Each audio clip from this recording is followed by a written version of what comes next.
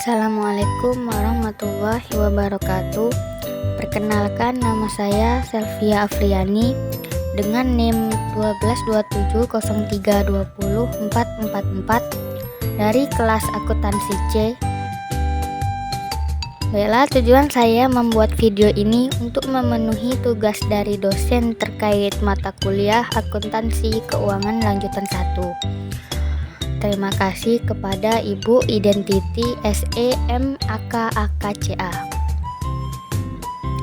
Isi dari tugas video yang dimaksud tersebut, di sini saya akan menjelaskan terkait materi transaksi entitas induk dan entitas anak. Entitas induk dan entitas anak sering terlibat dalam transaksi, misalkan transaksi jual beli persediaan, jual beli aset tetap, dan pemberian pinjaman.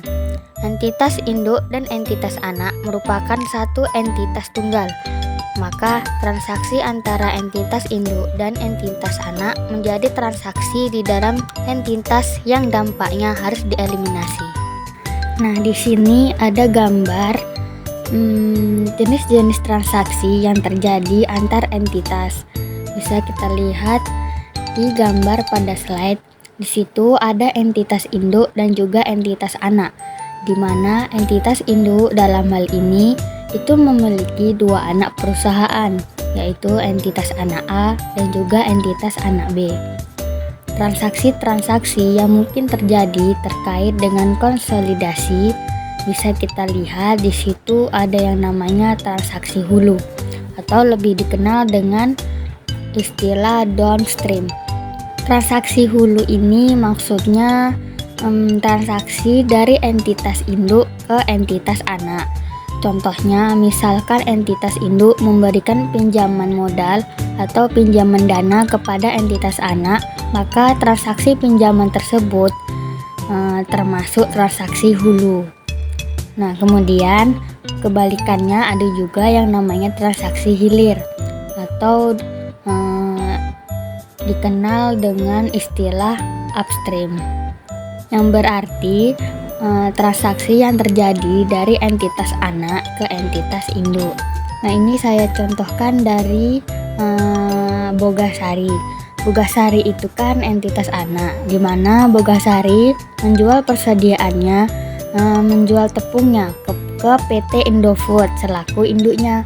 Berarti di sini transaksi yang terjadi termasuk ke dalam transaksi hilir atau upstream. Kemudian selain ada transaksi hulu dan transaksi hilir yang terkait dengan melibatkan entitas induk dan juga entitas anak, ada juga yang namanya transaksi lateral. Transaksi lateral ini transaksi yang terjadi antara anak perusahaan. Nah, jadi di sini karena ada dua perusahaan, misalnya anak perusahaan A dan anak perusahaan B. Jika perusahaan A dan perusahaan B melakukan transaksi persediaan jual beli, nah maka transaksi tersebut dinamakan transaksi lateral. Nah, kita masuk ke contoh soal. Di sini ada PT Palapa memiliki 100% saham dari PT Samudra. Berarti di sini PT Palapa itu adalah parentnya atau perusahaan induknya. Nah, sedangkan yang PT Samudra ini sebagai perusahaan anaknya gitu. Dan selama tahun 2020 terdapat transaksi penjualan persediaan oleh PT Palapa ke PT Samudra sebesar 10 juta. Berarti kalau dari jenis transaksi di sini karena transaksi itu kan adalah penjualan persediaan dari PT Palapa selaku induk perusahaan ke PT Samudra selaku anak perusahaan. Maka jenis transaksinya itu ialah transaksi hulu. Diketahui beban pokok penjualan yang dibukukan oleh PT Palapa itu adalah seharga 6 juta. Di sini ada beberapa skenario yang akan saya bahas terkait dengan pencatatannya. Jadi misalkan seketika skenario pertama, ketika seluruh persediaan yang diperoleh dari PT Palapa itu terjual terjual semua dengan harga 16 juta. Nah, yang skenario kedua, seluruh persediaannya ternyata sampai dengan akhir periode 31 Desember itu belum ada yang terjual. Nah, skenario yang ketiga, misalkan dari persediaan yang dibeli oleh PT Samudra dari PT Palapa tadi, misalkan 75% itu telah terjual dengan harga 12 juta. Nah, kita masuk skenario pertama jika seluruh persediaan terjual. Nah, di sini PT Palapa dia membeli persediaannya itu 6 juta. Kemudian dijual ke PT Samudra dengan harga 10 juta. Ternyata persediaan yang dibeli PT Samudra tadi dijual ke perusahaan non-afiliasi. Jadi perusahaan non-afiliasi ini perusahaan yang tidak terlibat dalam konsolidasian. Perusahaan non-afiliasi jadi yang ada dalam kota Oren ini di sini adalah satu kesatuan entitas di mana tadi PT Palapa sudah membeli 100% dari sahamnya PT Samudra. Jadi PT Palapa dan PT Samudra itu adalah perusahaan yang saling berafiliasi. Jadi kembali lagi tadi PT Samudra kan membeli persediaan dari PT Palapa. Nah, berarti kalau terkait dengan penjualan persediaan, maka akun-akun yang terlibat nanti adalah akun penjualan, akun HPP, dan juga akun persediaan. Karena kita fokusnya untuk pencatatan perpetual.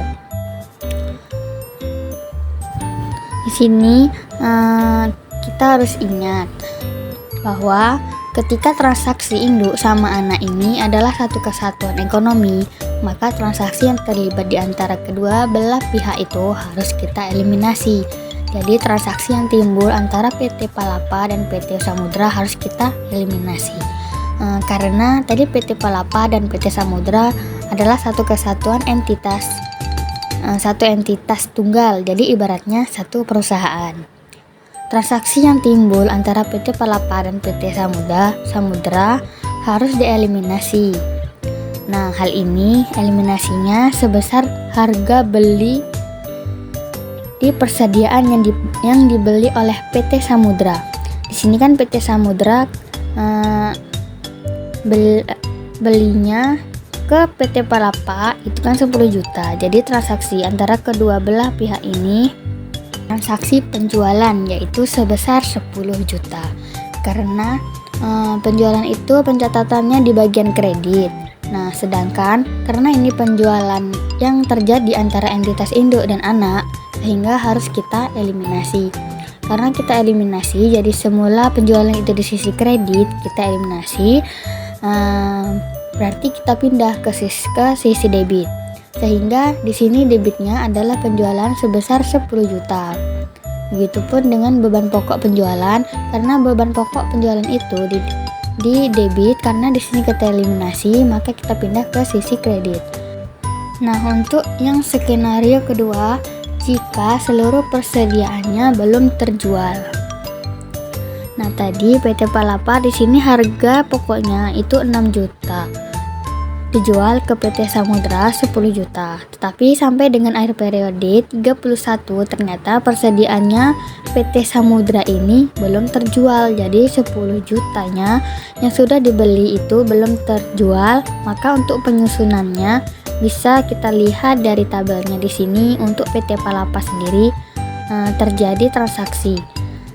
Tadi penjualan ke PT Samudra 10 juta, beban pokok penjualannya 6 juta. Sehingga laba kotornya 4 juta. Sedangkan dari sisi PT Samudra di sini kosong karena tadi persediaan yang sudah dibeli itu belum terjual, sehingga di sini belum ada transaksi yang terjadi.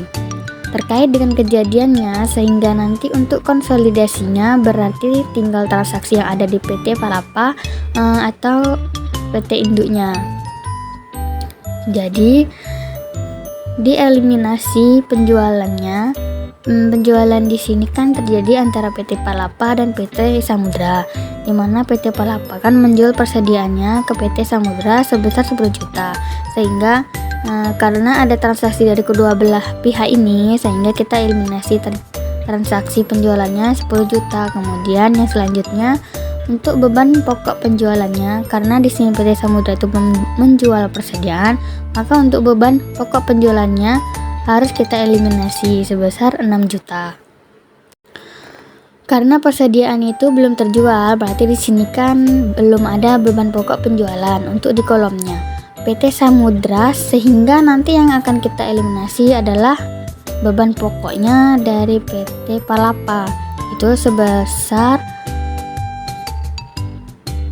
6 juta. Sehingga untuk jurnal eliminasinya penjualannya itu 10 juta, kemudian di bagian debit, kemudian di bagian kreditnya ada HPP, harga pokok penjualan itu dengan harga persediaannya adalah 6 juta. Nah yang 6 juta itu juga persediaannya berkurang 4 juta nanti untuk dilaporkan di konsolidasiannya, yang kita kurangkan senilai 4 juta karena antar induk sama anak tidak boleh ada untungan di sini, sehingga karena memang harga aslinya itu 6 juta.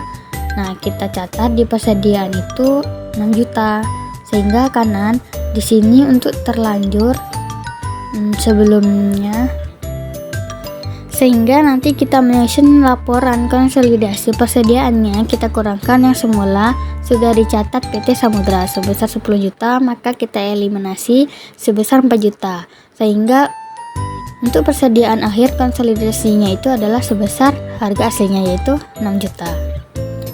Nah kita lanjut ke skenario ketiga, ketika sebagian persediaannya itu terjual. Nah jadi kalau skenario satu tadi kan ketika seluruhnya sudah terjual, skenario kedua ketika belum terjual sama sekali. Nah terkait dengan persediaannya dan skenario yang ketiga, ketika sebagian dari persediaannya itu sudah terjual, jadi sama tadi PT Palapa menjual ke PT Samudra 10 juta, dan dari persediaan yang dibeli ini dijual ke perusahaan lain yang tidak termasuk non afiliasi, yaitu sebagian itu sebesar 75%-nya dengan harga 12 juta. Penjualannya 10 juta padahal harga aslinya 6 juta, karena berarti di sini PT Palapa untung 4 juta. Selanjutnya untuk PT Samudra sendiri penjualannya tadi sebesar 12 juta. Ingat tadi karena persediaan yang terjual itu hanya 75%, sedangkan harga pokok penjualan aslinya itu 10 juta. Jadi PT Samudra akan belinya dari PT Palapa harganya 10 juta. Sehingga seharusnya kalau terjual semua, maka beban pokok penjualannya di sini 10 juta, berhubung di sini yang terjual itu hanya 75%, sehingga beban pokok penjualannya di sini adalah 75% dikalikan dengan 10 juta. Sehingga ketemu beban pokok penjualannya yaitu sebesar 7.500.000. Sehingga di sini laba yang diperoleh PT Samudra yaitu sebesar 4.500.000. Sehingga kalau disusunkan konsolidasian sebelum kita eliminasi, berarti kita tinggal jumlahkan penjualannya PT Palapa ditambah dengan penjualannya PT Samudra 10 juta ditambah 12 juta. Untuk yang beban pokok penjualan dan juga laba kotornya tinggal kita jumlahkan. Kembali lagi karena tadi harus kita eliminasi karena menjadi satu kesatuan ekonomi, maka transaksi-transaksi yang terlibat atau terkait dari dua perusahaan ini itu harus kita eliminasi. Transaksi lainnya yaitu sebesar 10 juta harus kita eliminasi. Jadi penjualan yang terjadi antara PT Palapa sama PT Samudra sebesar 10 juta. Nah itu yang harus kita eliminasi. Kemudian beban pokok penjualannya yaitu sebesar 9 juta. Laporan keuangan konsolidasi itu harusnya hanya sebesar 4.500.000. Jadi 4.500.000 ini itu diperoleh dari 75%. Barang yang terjual dikalikan dengan harga pokok dari persediaan aslinya yaitu 6 juta.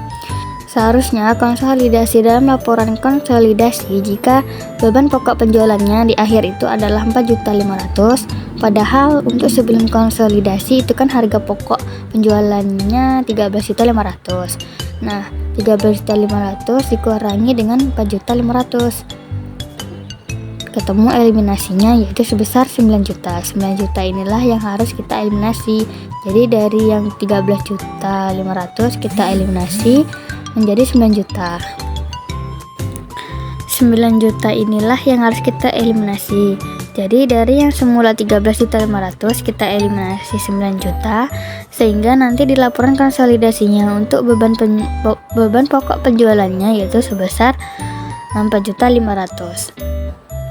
Nah, di sini kita lihat bentuk neraca saldo per 31 Desember 2020. Nah, jadi kita buat neraca saldonya, dan di sini cuman ada informasi tambahannya.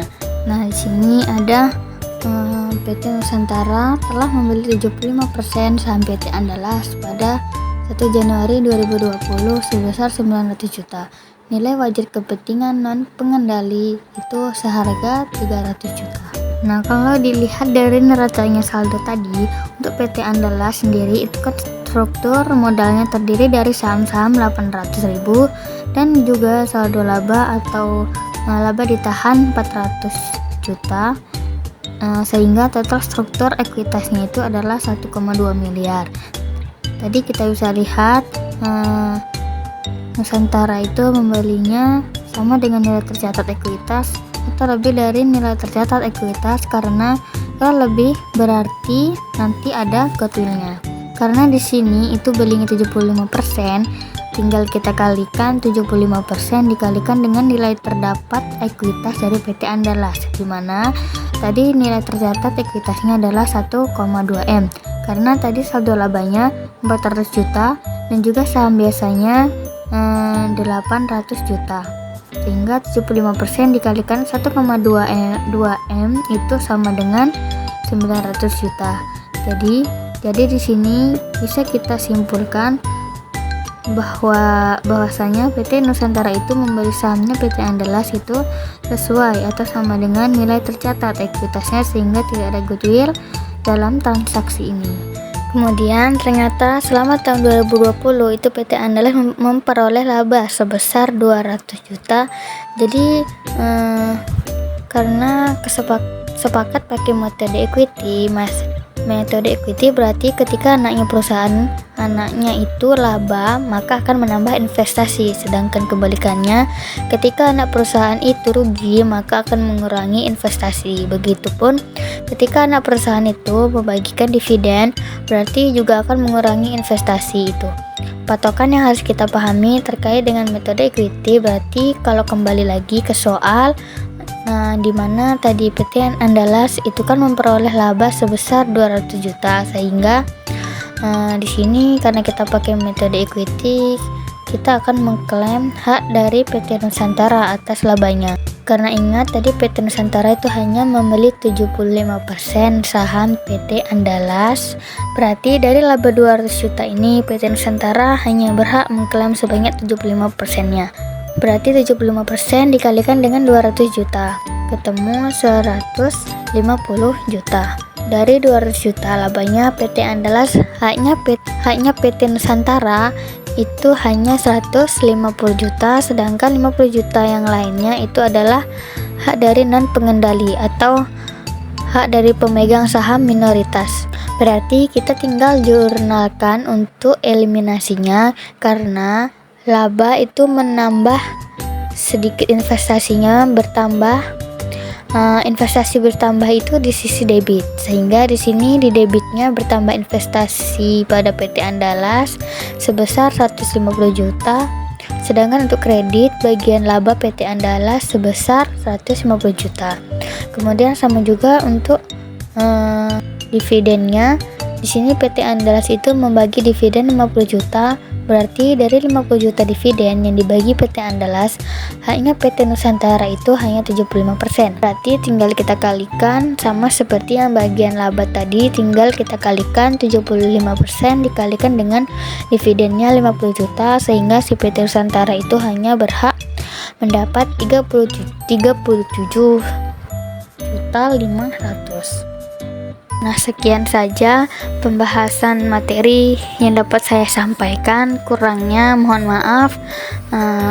Wassalamualaikum warahmatullahi wabarakatuh.